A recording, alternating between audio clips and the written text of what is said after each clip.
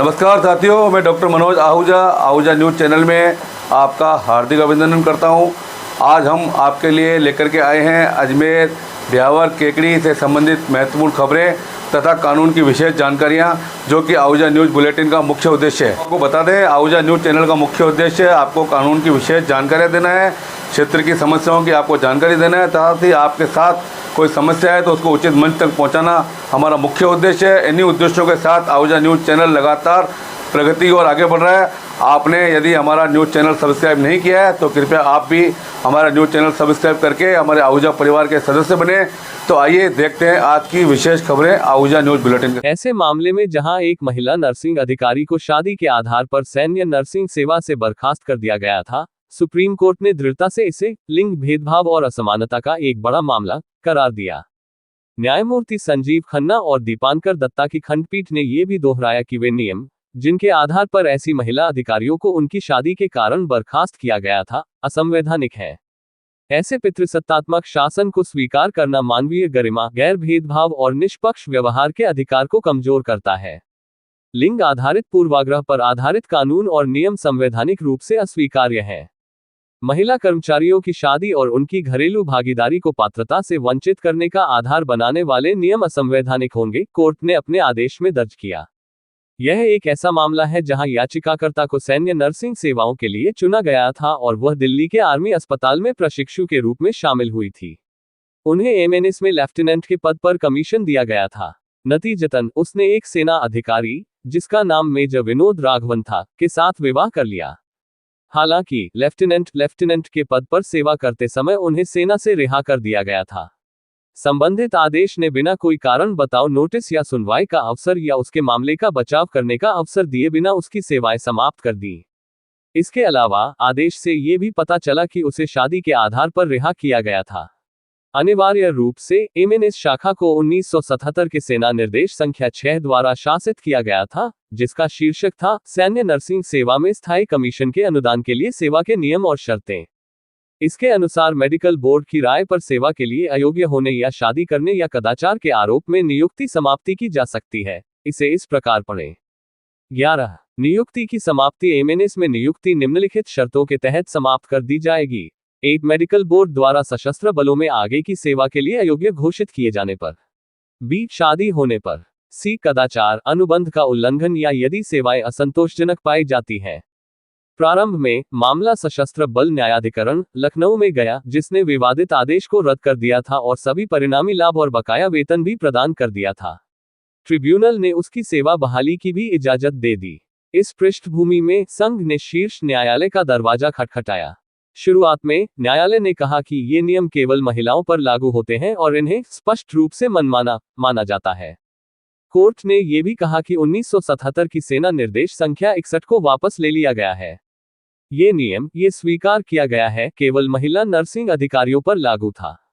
इस तरह का नियम स्पष्ट रूप से मनमाना था, क्योंकि महिला की शादी हो जाने के कारण रोजगार समाप्त करना लैंगिक भेदभाव और असमानता का एक गंभीर मामला है। इस तथ्य को ध्यान में रखते हुए कि प्रतिवादी एक निजी संगठन में नर्स के रूप में काम करती थी, न्यायालय ने बहाली के लिए ट्रिब्यूनल के आदेश को संशोधित किया। न्यायालय ने संघ को याचिकाकर्ता को 60 लाख रुपये का मुआवजा देने का निर्देश दिया। ये निर्देश देते हुए कोर्ट ने यह भी स्पष्ट किया कि यह सभी दावों का पूर्ण और अंतिम निपटान होगा। वर्तमान मामले के तथ्यों और परिस्थितियों को ध्यान में रखते हुए हम अपीलकर्ता को निर्देश देते हैं कि वह तारीख से 8 सप्ताह की अवधि के भीतर प्रतिवादी को केवल 60 लाख रुपये का मुआवजा दे। इस आदेश की एक प्रति उन्हें उपलब्ध कराई जाती है। यदि भुगतान 8 सप्ताह की अवधि के भीतर नहीं किया जाता है तो अपीलकर्ता को इस आदेश की तारीख से भुगतान होने तक 12% प्रति वर्ष की दर से ब्याज का भुगतान करना होगा। आदेश देना।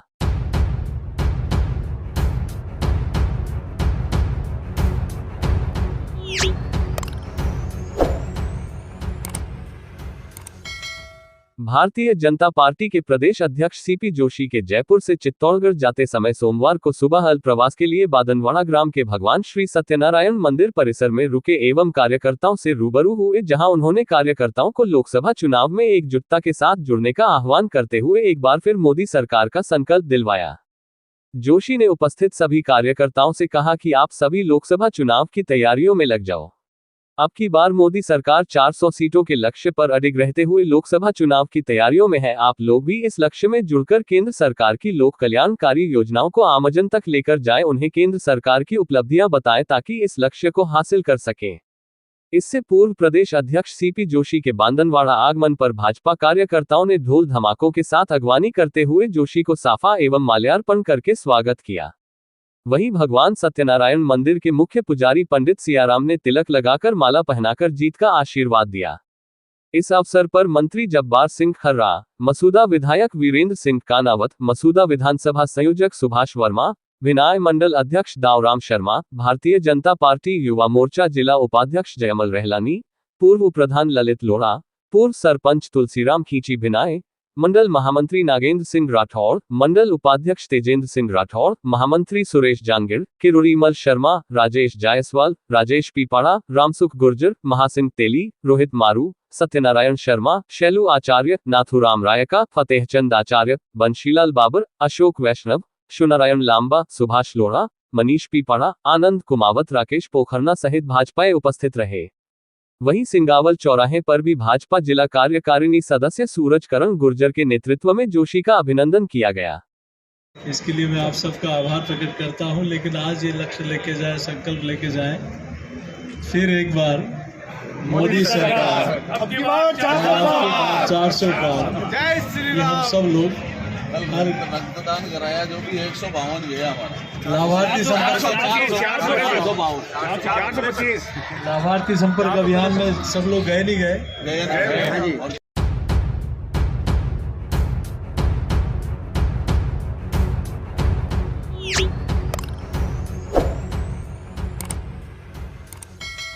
ब्यावर जिले के मसूदा उपखंड अधिकारी पद पर कुलदीप सिंह शेखावत ने आज सोमवार को कार्यभार ग्रहण कर लिया। ध्यातव्य है कि पिछले दिनों राज्य सरकार ने आदेश जारी कर कुलदीप सिंह शेखावत को हिंडोली से मसूदा स्थानांतरित किया था। नवनियुक्त उपखंड अधिकारी के कार्यभार ग्रहण करने के दौरान मसूदा तहसीलदार श्यामलाल आमेटा, विजयनगर तहसीलदार शिल्पा चौधरी एवं उपखंड कार्यालय स्टाफ घनश्याम सेन, राजेंद्र सिंह, दुष्यंत सिंह राठौड़ आदि ने नवनियुक्त उपखंड अधिकारी का माल्यार्पण एवं गुलदस्ता भेंट कर स्वागत सम्मान किया। नवनियुक्त उपखंड अधिकारी शेखावत ने राज्य सरकार की अपेक्षाओं के अनुरूप आमजन की परिवेदनाओं का त्वरित निस्तारण करने एवं राज्य सरकार की प्रमुख योजनाओं का प्रभावी क्रियान्वयन तथा समय पर राजस्व वादों का निस्तारण आदि के द्वारा आमजन को अधिक से अधिक राहत पहुंचाने एवं अन्य ब्लॉक स्तरीय विभागों के समन्वय से क्षेत्र के विकास में योगदान हेतु प्रयास करने को अपनी प्राथमिकता बताए। इस दौरान तहसीलदार मसूदा श्यामलाल आमेटा, तहसीलदार विजयनगर शिल्पा चौधरी, उपखंड कार्यालय स्टाफ घनश्याम सेन, राजेंद्र सिंह, दुष्यंत सिंह राठौड़ आदि कार्मिक उपस्थित रहे।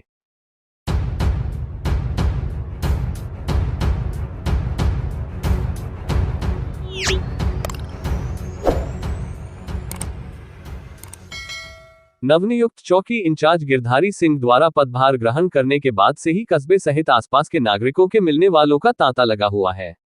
सहज और सरल स्वभाव के दिखने वाले गिरधारी सिंह अपराधियों के छक्के छुड़ाकर आमजन को राहत देने में खासे माहिर है। इंचार्ज गिरधारी सिंह चौकी में पूर्व में भी बेहतरीन सेवाएं देते हुए कस्बे सहित चौकी के अधीन आने वाली ग्राम पंचायतों व हाईवे पर शांति व्यवस्था को बनाए रखने में महत्वपूर्ण रोल अदा कर चुके हैं, जिसके चलते सिंह की लोकप्रियता का ग्राफ आमजन में काफी बड़ा हुआ है, जिसके चलते आमजन उनसे मिलकर काफी खुश दिखाई दे रहे हैं। कांस्टेबल के पद से अपने जीवन का सफर शुरू करने वाले सिंह वर्तमान में सहायक उप निरीक्षक के पद पर बेहतरीन सेवाएं दे रहे हैं। अब तक सिंह किसी विवादों में भी नहीं रहे हैं, बल्कि आमजन के मध्य निर्विवादित छवि की वजह से उन्हें दोबारा इस चौकी की जिम्मेदारी दी गई है।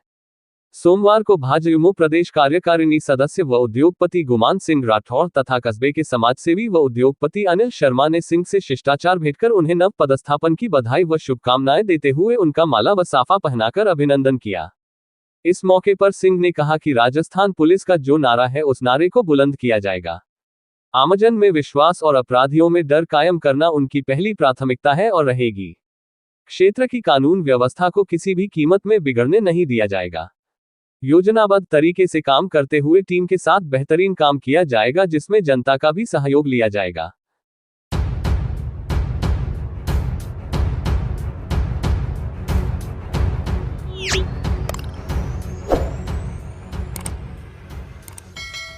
निकटवर्ती ग्राम पंचायत कुम्हारिया के ग्राम किटाप के ग्रामीणों ने सोमवार को जिला कलेक्टर श्वेता चौहान को ज्ञापन देकर ग्राम किटाप में बाबा रामदेव जी मंदिर के सामने बनवाए जा रहे कचरा डिपो को गांव से दूर बनवाए जाने की मांग को लेकर ज्ञापन दिया है। ज्ञापन में बताया गया कि ग्राम पंचायत कुम्हारिया द्वारा ग्राम किटाप में बाबा रामदेव जी मंदिर के सामने कचरा डिपो बनवाया जा रहा है।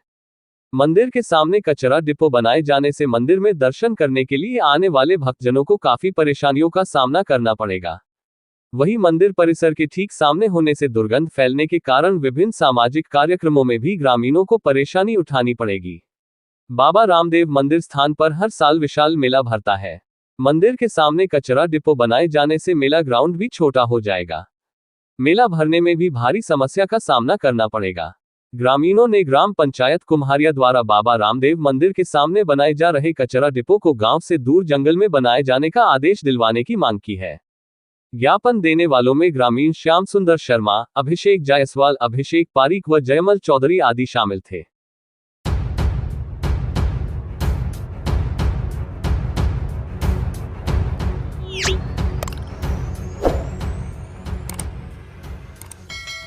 भिनाय में मुंसिफ न्यायालय प्रारंभ करने की मांग को लेकर अभिभाषक परिषद भिनाय ने केकड़ी जिला कलेक्टर श्वेता चौहान को ज्ञापन दिया। ज्ञापन में बताया कि राजस्थान सरकार द्वारा बजट घोषणा पत्र दिनांक 10 फरवरी 2023 को ग्राम भिनाय, तहसील भिनाय, जिला केकड़ी में मुंसिफ न्यायालय की विधिवत घोषणा की जा चुकी है, जिसे 1 साल से भी अधिक लंबा समय व्यतीत हो चुका है। न्यायालय शुरू नहीं होने के कारण पक्षकारों व अभिभाषकगण को केकड़ी न्यायालय का लंबा सफर करना पड़ रहा है, जिससे समय व आर्थिक नुकसान कारित हो रहा है। राज्य सरकार द्वारा घोषणा होने के समय से लेकर आज दिवस तक भिनाय में मुंसिफ न्यायालय प्रारंभ नहीं किया है। ज्ञापन में तुरंत प्रभाव से न्यायालय अविलंब अस्थायी भवन में प्रारंभ करवाने, मुंसिफ न्यायालय के लिए स्थायी भवन व भूमि उपलब्ध होने की जानकारी देते हुए भिनाय में शीघ्र मुंसिफ न्यायालय को प्रारंभ कराने की मांग की गई है। ज्ञापन देने वालों में देवकांत व्यास, धर्मवीर बामनिया, शिवचरण चौधरी, प्रवीण प्रकाश भट्ट, मनीष छिपा, गजानंद सिंह रावत आदि अधिवक्ता उपस्थित थे।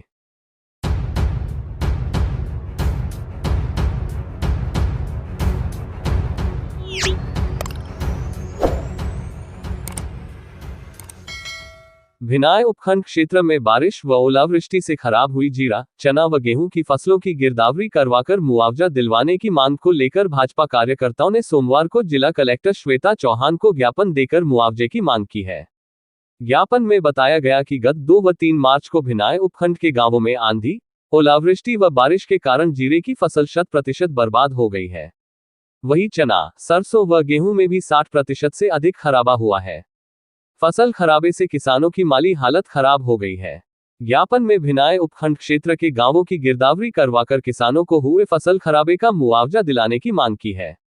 ज्ञापन देने वालों में भाजपा मंडल अध्यक्ष दावराम शर्मा, भारतीय जनता युवा मोर्चा जिला उपाध्यक्ष जयमल चौधरी, लक्ष्मण चौधरी, बलराम गुर्जर, नागेंद्र सिंह, सुरेंद्र, अभिषेक जायसवाल, गुमान सिंह, पूर्व जिला परिषद सदस्य महावीर प्रसाद, श्याम सुंदर शर्मा, गिरधारी लाल व एडवोकेट प्रवीण प्रकाश भट्ट सहित कई कार्यकर्ता शामिल थे।